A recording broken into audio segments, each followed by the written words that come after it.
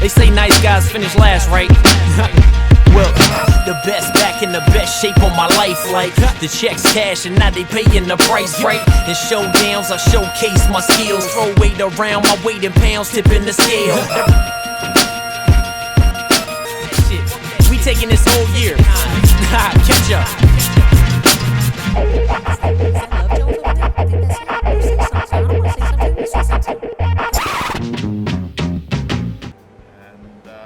From that point on, I've lost 150 pounds. That's a small person. And I've been working hard in the gym. I have been training with Darren from Freak Fitness, and my training partner is a national bodybuilding competitor. And I've been absolutely blessed on this journey. I have absolutely been embraced by the bodybuilding community.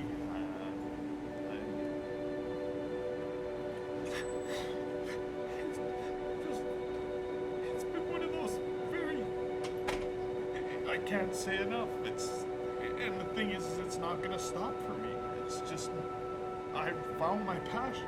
Bullying is such a prevalent thing in our environment nowadays. It's not, and it's not cool. I don't understand why people think it's okay to talk to people that way. Mm-hmm. I mean, with me, I'm an emotional person to begin with, but I do not like being abused verbally, physically. In high school, I was physically abused for my food choices. I mean, that's just fundamentally, that's wrong. You're doing some positive things about bullying now, in addition to, being an example. Talk about some of the things you're doing in that realm. Well, I've been named a spokesperson for Red Cross for anti-bullying. I'll be speaking to children and telling them that, you know what? Treat people with respect. Treat people like you'd want to be treated. Because bullying is terrible. I mean, I understand that from somebody who's been bullied, I understand why people take their lives, because as an adult, I've had that thought process, whereas children don't have the maturity level to understand the consequence of that thought process. And it's terrible. These children are being verbally abused and bullied to the point where they're thinking about taking their lives, and some of them do, which is, my standard line to people is treat people the way you want to be treated, because at the end of the day, you have to live with yourself. Now, you lost all this weight, which in itself is an accomplishment, but to go and actually compete is a whole other level. What inspired you to go do that? I've always been athletic. Yeah. And I've always been the underdog. And you know what? People tell me I can't do it. Haters are motivators for me. Mm-hmm. If you can tell me I can't do it, that just inspires me to go ahead. Pick up more weight, lift more, eat properly. And at the end of the day, it's what I do. I mean, my wife asked me my end game. Mm-hmm. Meaning, when will I quit bodybuilding? Mm-hmm. My response to her was when I'm checked into a nursing home. Hmm. I crave it.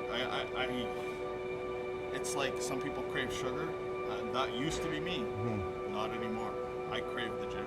And again, being blessed by being put on film and being brought into the realm of freak fitness, I'm a freak for life as long as Darren Mailing will have me.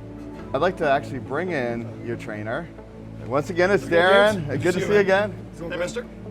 So he's a couple of days out. Can you talk us a little bit about, first of all, the diet and process and the water and all the things that are going on right now? I mean, he's far exceeded anything that I would have expected him to achieve. Just a couple weeks ago, he saw his abs for the first time. Watch his body change has been pretty cool. But from a nutrition perspective, I mean, it was just like everyone else. Week to week, make changes when we need to. I mean, he wears the heart in his sleeve, so a lot of times that emotion can sometimes take over the eating. Mm-hmm. And we have to always keep that in line and just say, shut that off. It has nothing to do with what you're eating, and just go. But I mean, it's a double-edged sword. I mean, he wears the heart in his sleeve, and that can be a negative, but he, like you just said, he's turned it into a positive for the most part, and now he's been able to achieve something he never thought he could do. At least that's my impression.